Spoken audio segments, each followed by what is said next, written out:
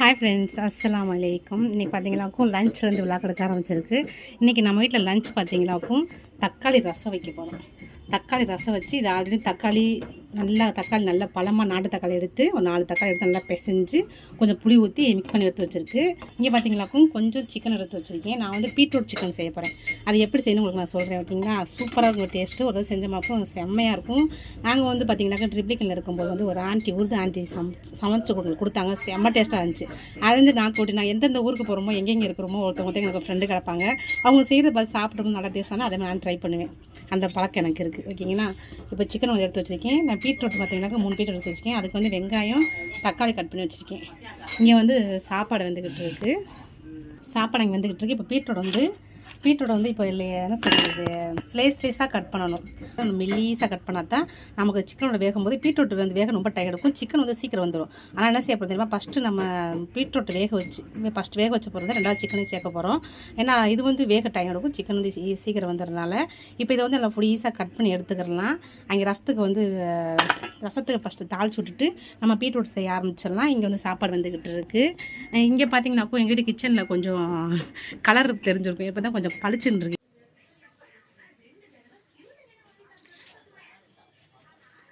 எல்லாத்திலையும் அடிச்சாச்சா?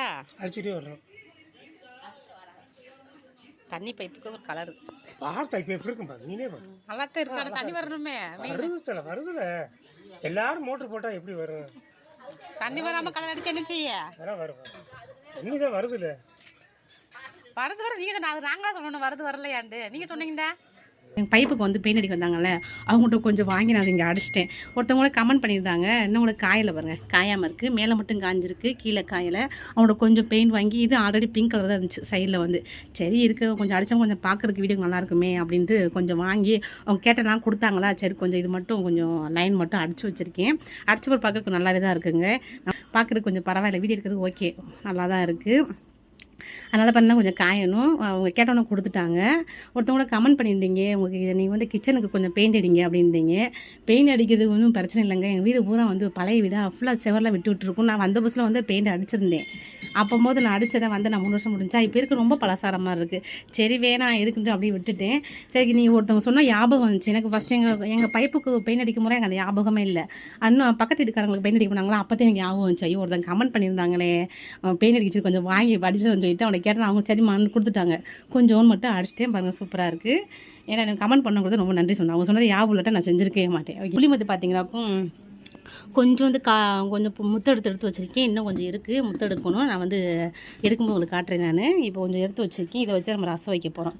இப்போ இங்கே சாப்பாடு வந்துக்கிட்டு இருக்குது. இப்போ வெயில் டைமாக எவ்வளோ சீக்கிரத்தை சமைக்க முடியுமோ அவ்வளோ சீக்கிரத்தை சமைச்சு வந்து நம்ம இடத்த காலி பண்ணிடணுங்க. எனக்கு இருக்க முடியல, செம்ம வெயில் இருக்குது வெளியே வந்து.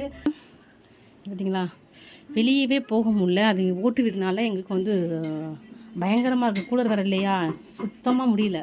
என்ன பண்ணுறது, எல்லாம் நம்ம நேரம் வந்து எல்லாத்தையும் அனுபவிச்சுட்ருக்கோம். இப்போ பார்த்தீங்கன்னாக்கும் நம்ம ரசத்துக்கு வந்து பூண்டு சீரகம் மிளகெல்லாம் தட்டி ஒன்றான தட்டி எடுத்து வச்சுருக்கோம்.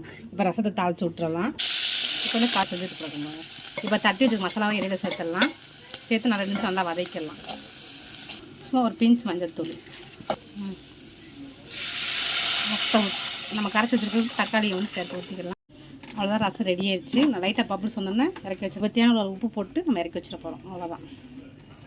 இப்போ பீட்ரூட் சிக்கனுக்கு வந்து கொஞ்சம் தேவையான அளவு ஆயில் ஊற்றிக்கலாம். வெங்காயத்தை கட் பண்ணி வெங்காயத்தை சேர்த்துடலாம்.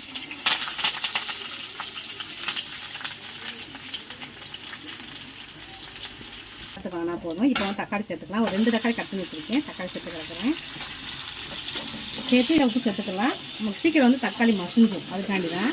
அதுவும் ஓரளவு வந்து நல்லா மசிஞ்சிருச்சு. இப்போ கொஞ்சமாக வந்து இஞ்சி பூண்டு பேஸ்ட் சேர்த்துக்கலாம். இஞ்சி பூண்டு பேஸ்ட் சேர்த்து ஒரு 2 நிமிஷம் நல்லா எண்ணெயிலே வதக்கிட்டு இப்போ வந்து நம்ம மசாலா சேர்த்துடலாம். கொஞ்சம் மஞ்சள்தூள், இது வந்து சும்மா ஒரு 1/4 டீஸ்பூன் சேர்த்தா போதும். ஒரு 1/2 டீஸ்பூன் கரம் மசாலா, தனியாக பவுட்ரு வந்து 1 டீஸ்பூன் தக்கம் சேர்த்துருக்கேன். தனியாக பவுட்ரு 1 டீஸ்பூன் தக்கம்னா தனியாக பவுட்ரு. மிளகாத்தூள் வந்து ஒரு 2 டீஸ்பூன், 2 ஸ்பூனில் வந்து 2 டீஸ்பூன் போடுறேன். ஏன்னா நல்லா காரம் தான் நல்லாயிருக்கும். நல்லா 60 மசாலா சேர்த்துக்கலாம். அவ்வளோதான். இது வந்து லைட்டாக எண்ணெயில் வந்து வதக்கிற போகிறேன். இந்த மசாலா எண்ணெயில் வதங்க பார்த்தா அதோட ஸ்மெல் நல்லாயிருக்கும். அதுக்காக லைட்டாக 5 நிமிஷம் எண்ணெயில் வதக்கிட்டு இப்போ நம்ம பீட்ரூட்டை சேர்க்க போகிறோம். சிக்கனை சேர்த்து பீட்ரூட் சேர்க்க போனால் இந்த பீட்ரூட் வேகிறது கொஞ்சம் டைம் எடுக்கிற மாதிரி இருக்குது. அதனால் ஃபஸ்ட்டு பீட்ரூட்டை சேர்த்துலாம். அது கூடயே சேர்த்து நல்லா வதக்கிறோம். ஆனால் தண்ணி ஊற்றணுங்க, தண்ணி ஊற்றாதான் பீட்ரூட் வேகும். ஓகேங்களா? நிமிஷம் மட்டும் நம்ம கொதிக்க வச்சுட்டு நம்ம சிக்கனை சேர்த்துட போகிறோம்.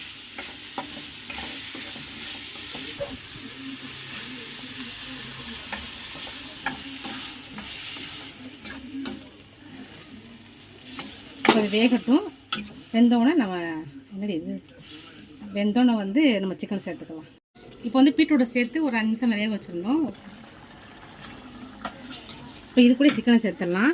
ஏன் கேட்டிங்கனாக்கா சிக்கனில் அந்த சிக்கனோட சாறு வந்தால் தான் டேஸ்ட் நல்லாயிருக்கும். ஓகேங்களா? இது கூட சிக்கனை சேர்த்துட போகிறோம்.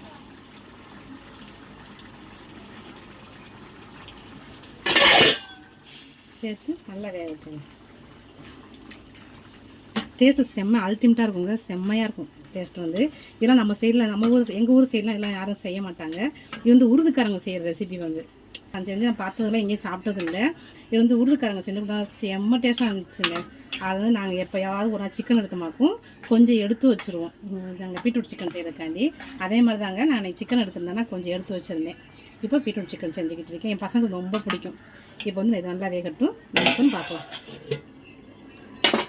இப்போ பார்த்தீங்கன்னா நம்ம சிக்கனை சேர்த்து வந்து வேக வச்சுருந்தோம். இப்போ எப்படி இருக்குன்னு பார்க்கலாம்.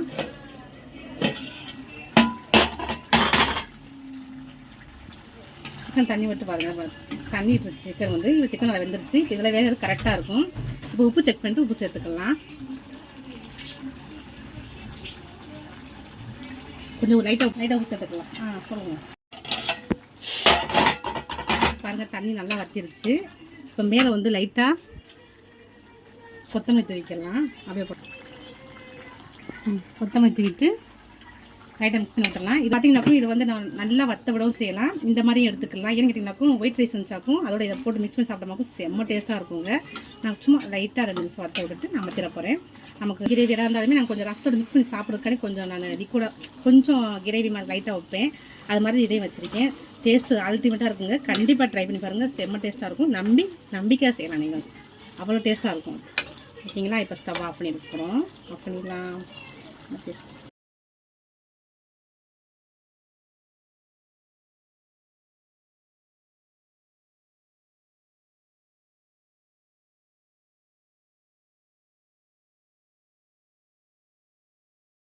அதான் லஞ்ச் வந்து சாப்பிட்டு முடிச்சுட்டு ஒரு 2 மணி இருக்கும். கொஞ்சம் புளி வந்து முத்தெடுக்க ஆரம்பிச்சிடலாம்.